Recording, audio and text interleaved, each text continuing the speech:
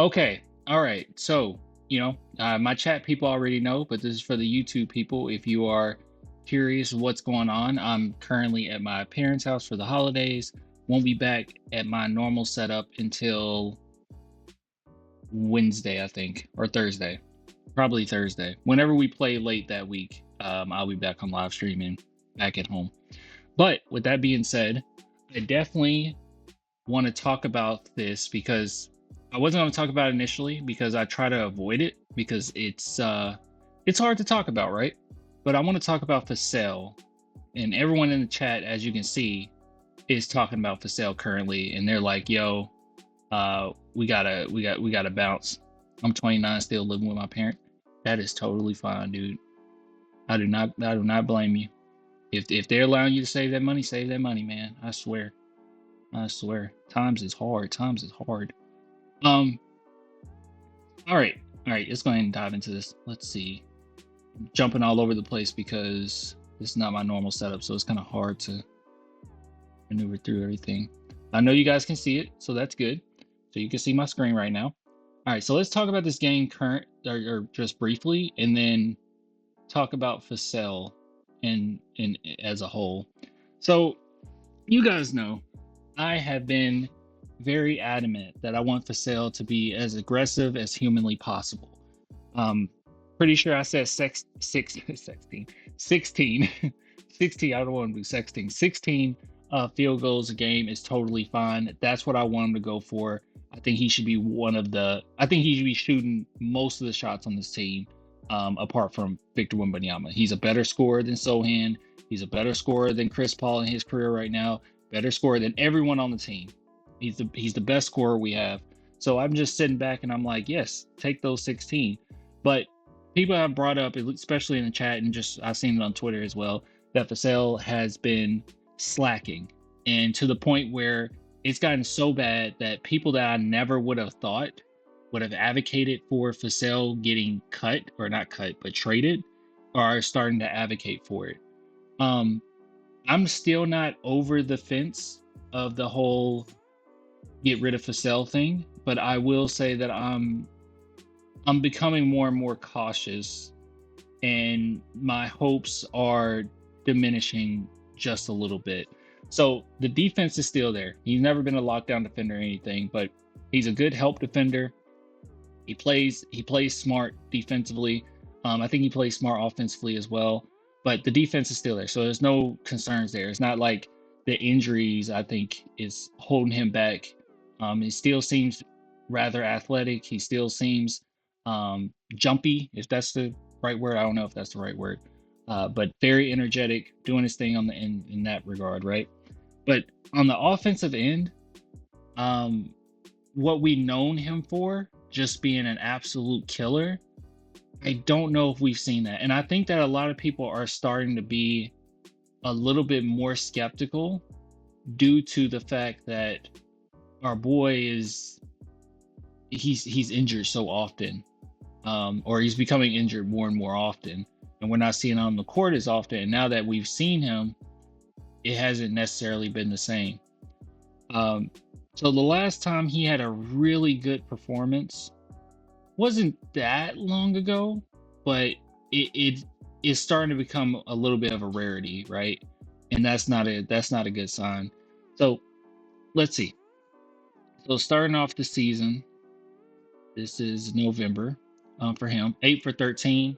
We were all screaming, our boy's back, right? 21 points in that game. Then he went 3 for 9. I remember I was like, okay, be a little bit more aggressive. Went 5 for 14. Not good. And then 6 for 13, and then 5 for 10. And as that month is concerned, which not a lot of basketball was played from Vassell, he 45% from the field and 40% from three. So 40% for three is great, but 45%, 46% from the field overall is not ideal. And in this past month, he's just been maybe okay. He said, huh? Hide and seek? Wait, what? You guys can hear me, right? What are we talking about? Oh, you responded 350. He plays hide and seek with his mentality. Uh, a little bit. He shows up and then he kind of disappears. 1 out of 10, he's been a 5. It just seems like most of the time he's average, and he's better than average. So I love his contract. It's not like his contract is he's getting overpaid. I don't think he's getting overpaid. I think this is a team friendly contract, kind of similar to Keldon's, in which I think it diminishes, like it goes down, and then it goes back up slightly. Actually, we can take a look at Devin Vassell's contract. Devin Vassell.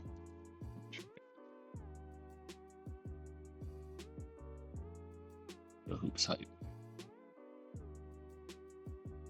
Okay, yeah. It eventually goes down to 24, near 25.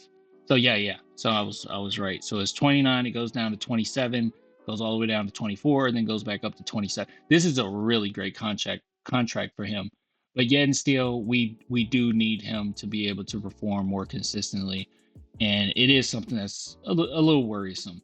So good news is defensively, I think he's still there, right? I think he's still doing his thing. He's still making the right decisions. It really just coming down to the shots just not falling. And with that being the most important aspect of his game, it is something to be a little concerned about, right?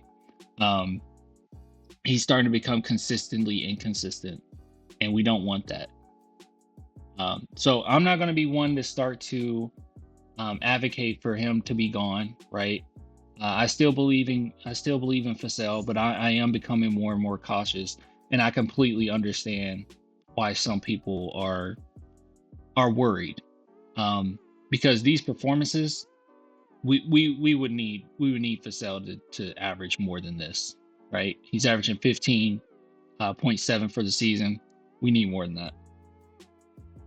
And I guess the part of it that does discourage me a little bit is that I was one of the ones that believed, and maybe it was foolish on my part, that the addition of Chris Paul would actually help Devin Vassell the most. Like him and Castle kind of benefits the most from it, because Vassell doesn't have to necessarily like work extraordinarily hard for his shots, or not as bad as it was last season.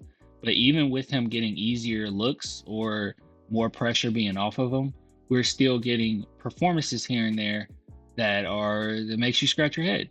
Like, I don't think there should be one game, maybe one game, in which he should get under 15 points, and we're starting to see that a lot. He's becoming average. Vassell will be here for a while. Things will be all right. Yeah, I still believe in him, so I won't advocate for him. Advocate for trading him. But I also don't think that fans are completely out of whack for questioning some things and worrying about it. But at the end of the day, Vassell's on a good contract. The Spurs are still in rebuild mode, and maybe, just maybe, 15 points per game is good enough if we can find that other piece. Maybe right now, because there's so much attention on Vassell and so much attention on our big three, so to speak, that his criticism is, maybe a little out of whack. I don't think so, but it is what it is. And I think it's another thing that it comes down to a lot of people thinking about Fox, right? Possibly getting Fox and Vassell being on the table. The Spurs haven't. I haven't heard anything. I don't know. He might be on the table. I haven't heard anything, but Vassell could very well end up being on the table. So a lot of people are advocating, okay, let's just trade him for Fox, right?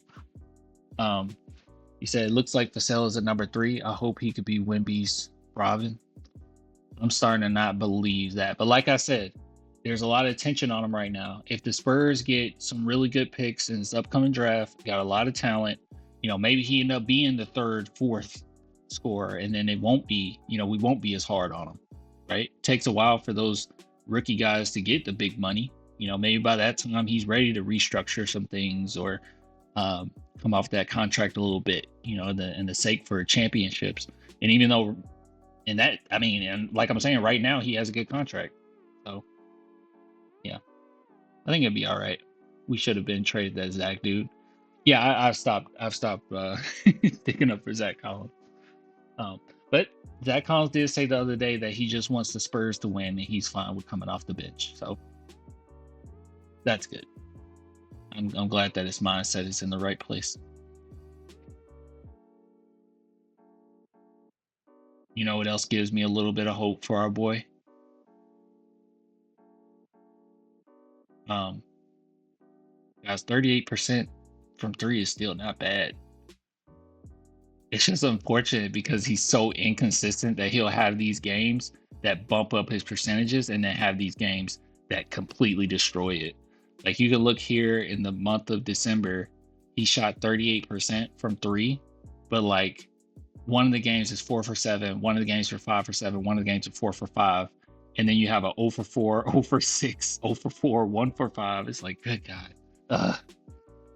But I think it'd be all right. Hopefully the January schedule will be better. Just let them get a rhythm too. But yeah, I don't think people are crazy to be worried. I think that's fine. All right. That's enough of this one. That's all I really have to say about it. I hope everything turns out all right.